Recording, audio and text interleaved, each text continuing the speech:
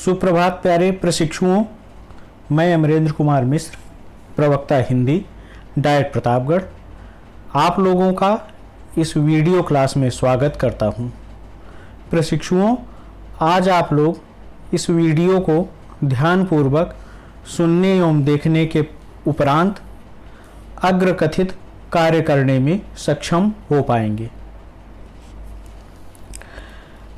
भाषाई कौशलों के अंतः संबंधों के बारे में बता सकेंगे। भाषाई कौशलों के अंतः संबंधों को ध्यान में रखते हुए कक्ष में अध्यापन कार्य कर सकेंगे। भाषा शिक्षण की परंपरागत शिक्षण पद्धति एवं संतुलित शिक्षण पद्धति के अंतर को बता सकेंगे। संतुलित शिक्षण पद्धति के अनुसार कक्ष में शिक्षण कार्य कर सकेंगे। प्रशिक्षुओं, भाषाई कौशल के आपसी संबंधों एवं संतुलित भाषा शिक्षण पर बात करने से पहले मैं आप लोगों को कुछ ऐसे पारिभाषिक पदों से परिचित कराना चाहता हूं, जिनका प्रयोग हम लोग इस अध्यापन के दौरान कई बार करेंगे। प्रथम पारिभाषिक पद है भाषाई कौशल।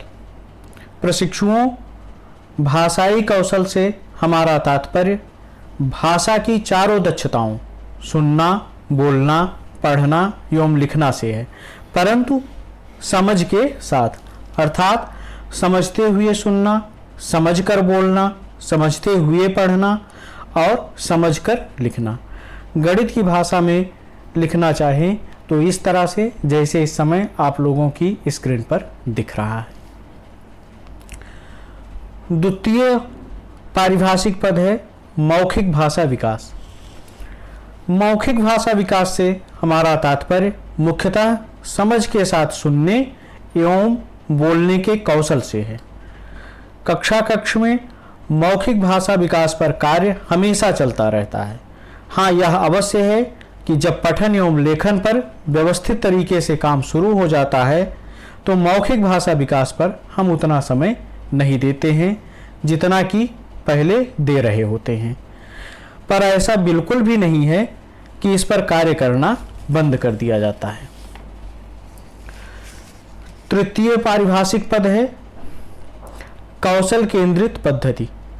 प्रशिक्षुगण, कौशल केंद्रित पद्धति से हमारा तात्पर्य विभिन्न कौशलों को सीखने एवं उनका अभ्यास करवाने से है, जिससे छात्र उन तकनीकों पर महारत हासिल कर सकें जिन्हें हम उन्हें सिखाना चाह रहे हैं, जैसे वर्णों या अक्षरों को पहचानना, उनको लिखवाना आदि।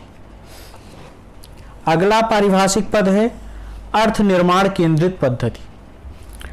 अर्थ निर्माण केंद्रित पद्धति से हमारा तात्पर्य अर्थ निर्माण संबंधित ऐसी गतिविधियां करवाने से है जिससे कौशलों का उपयोग सीखा जा सके व इन्हें सीखने में प्रेरणा व रुचि बनी रहे। इन गतिविधियों द्वारा बच्चों को अर्थ निर्माण करने के एवं अपनी समझ का उपयोग करने के मौके मिलते हैं, जैसे बच्चों को स्वतंत्र पठन एवं लेखन कार्य करने का मौका देना। प्रशिक्षुओं, इन पारिभाषिक पदों को समझ लेने के पश्चात अब हम लोग क्रमशः भाषाई कौशलों के बीच के अंतः संबंधों को समझने का प्रयास करेंगे। सर्वप्रथम हम लोग मौखिक भाषा विकास एवं पठन का संबंध समझेंगे। प्रशिक्षुओं, अनेक आधुनिक अनुसंधानों से यह सिद्ध हो चुका है कि समझने के दृष्टिकोण से इस बात पर कोई फर्क नहीं पड़ता है कि आपने सुनकर समझा है या पढ़कर। तो प्रारंभिक अवस्था में जब बच्चा पढ़कर समझने की स्थिति में नहीं होता है तो हम लोग सुनकर अर्थात मौखिक रूप से बातचीत कर उसकी समझने की प्रक्रिया को मजबूत बना सकते हैं। इस तरह से उसके भीतर सुनकर समझने की दक्षता विकसित होगी, जो आगे चलकर पढ़कर समझने के लिए एक मजबूत आधार का कार्य करेगी। इसके पश्चात अब हम लोग मौखिक भाषा विकास एवं लेखन का संबंध समझने का प्रयास करेंगे। प्रशिक्षुओं, मौखिक भाषा विकास का प्रत्यक्ष प्रभाव बच्चों के लेखन पर पड़ता है। बच्चे जितना ही अधिक अलग अलग विषयों पर चर्चा करते हैं, उतना ही अधिक नए दृष्टिकोण, जानकारी एवं शब्दों से परिचित होते हैं और इस नवीन दृष्टिकोण, जानकारी एवं शब्दों का प्रयोग वे लेखन में भी करते हैं, जिससे उनका लेखन कौशल उत्तरोत्तर बेहतर होता जाता है। इसके पश्चात अब हम लोग पठन एवं लेखन का संबंध समझने का प्रयास करेंगे। प्रशिक्षुओं, पठन और लेखन में बहुत गहरा संबंध होता है। यह संबंध प्रत्यक्ष एवं अप्रत्यक्ष दोनों तरह का होता है। पढ़ते समय जहाँ बच्चे प्रत्यक्ष तौर पर नए शब्द, मुहावरे, व्याकरण इत्यादि सीखते हैं, वहीं अप्रत्यक्ष तौर पर प्रस्तुतिकरण के विभिन्न ढंगों को भी सीखते हैं। एक ही कथ्य को कहानी विधा में एक तरह से प्रस्तुत किया जाता है, जबकि उसी कथ्य को नाटक विधा में किसी दूसरी तरह से प्रस्तुत किया जाता है। बच्चे इससे परिचित होते हैं और इसका प्रयोग वे समय आने पर या अवसर मिलने पर अपने लेखन में भी करते हैं। इसी तरह से अनेक कवियों या लेखकों की रचनाओं का अध्ययन करने के पश्चात बच्चे यह भी जान पाते हैं कि एक ही विषय वस्तु को एक ही विधा में कहने के अलग अलग तरीके हो सकते हैं और पठन के स्तर पर प्राप्त किया गया यह ज्ञान उनके आत्माव्यक्ति या लेखन कौशल को समृद्ध बनाता है। अब इसके पश्चात हम लोग प्रारंभिक कक्षाओं में अध्यापक द्वारा करणीय कार्य के बारे में जानेंगे।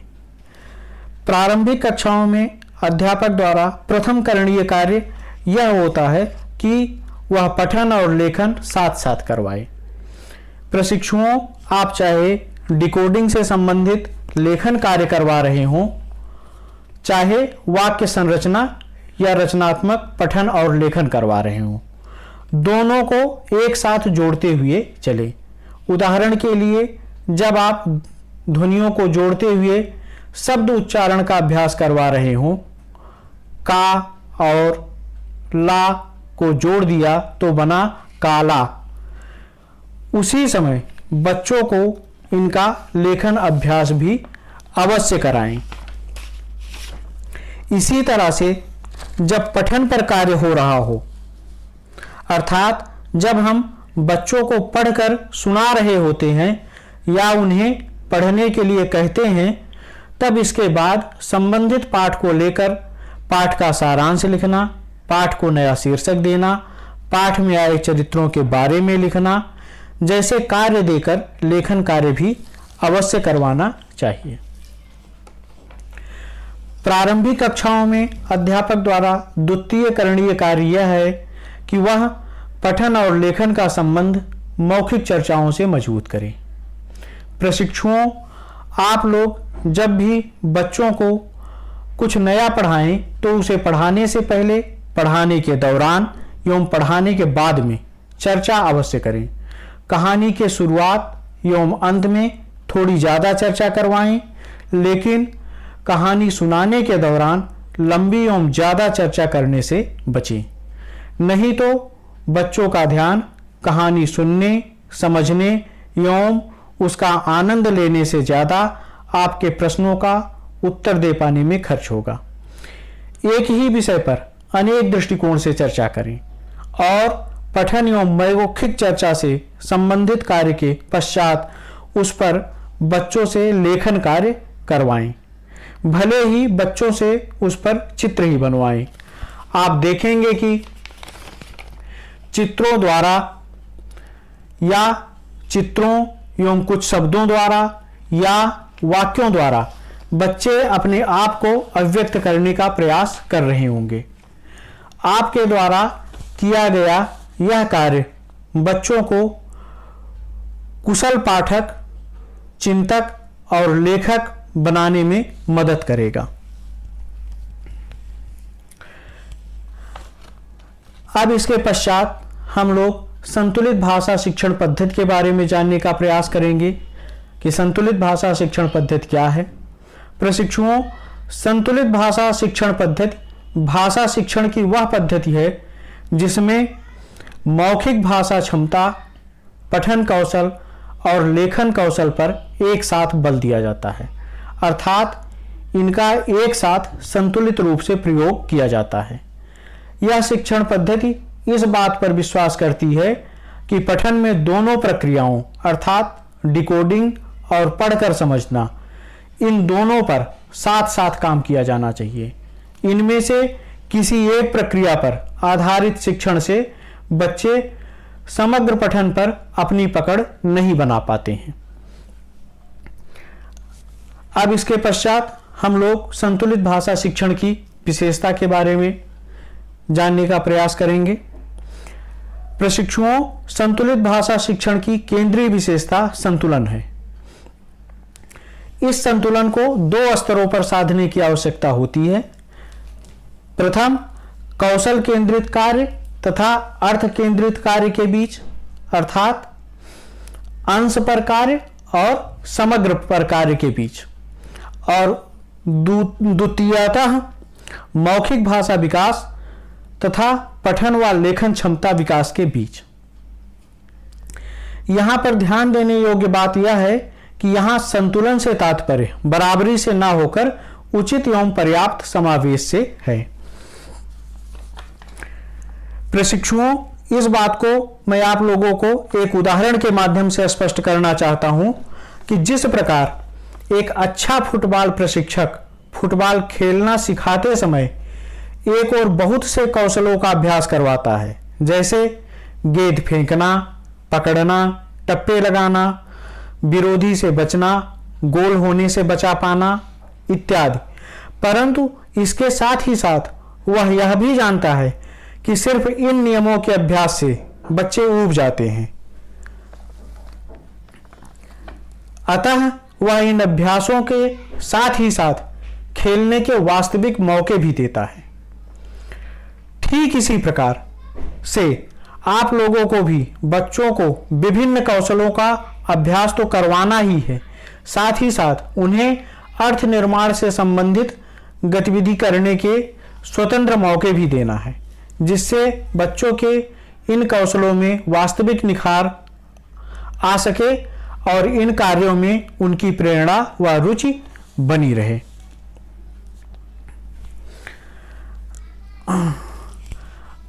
अब इसके पश्चात हम लोग इस बात को एक उदाहरण के द्वारा समझने का प्रयास करेंगे कि एक ही कक्षा की अलग अलग स्थितियों में संतुलन साधने के लिए अलग अलग समय नियोजन कैसे किया जा सकता है। जैसा आप लोग अपनी स्क्रीन पर देख ही रहे हैं कि कक्षा 1 के शुरुआती 4-6 सप्ताह में आप अपने 60 मिनट के पीरियड का समय नियोजन इस प्रकार कर सकते हैं कि शुरुआती 20 मिनट आप मौखिक भाषा विकास पर ध्यान दें, उसके पश्चात 20 मिनट आप पठन को दे सकते हैं, 10 मिनट ध्वनि जागरूकता को दे सकते हैं और 10 मिनट लेखन कार्य को दे सकते हैं।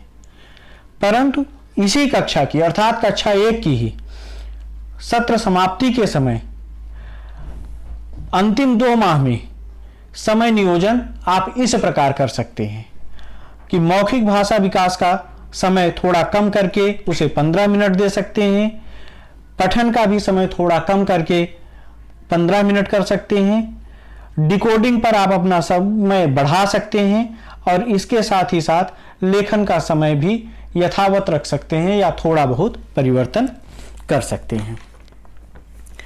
तो आपको ये बात समझ लेने की ज़रूरत है कि जब क्लास के शुरुआती दौर होंगे तो आपको मौखिक विकास पर ज़्यादा ध्यान देना होगा और जैसे जैसे मौखिक भाषा विकास के साथ ही साथ पठन और लेखन की गतिविधियां बच्चों में अच्छी होने लगेंगी तो आपको उसका समय कम करके दूसरे कार्यों पर उसका समय नियोजन सही ढंग से करना होगा, बढ़ाना होगा।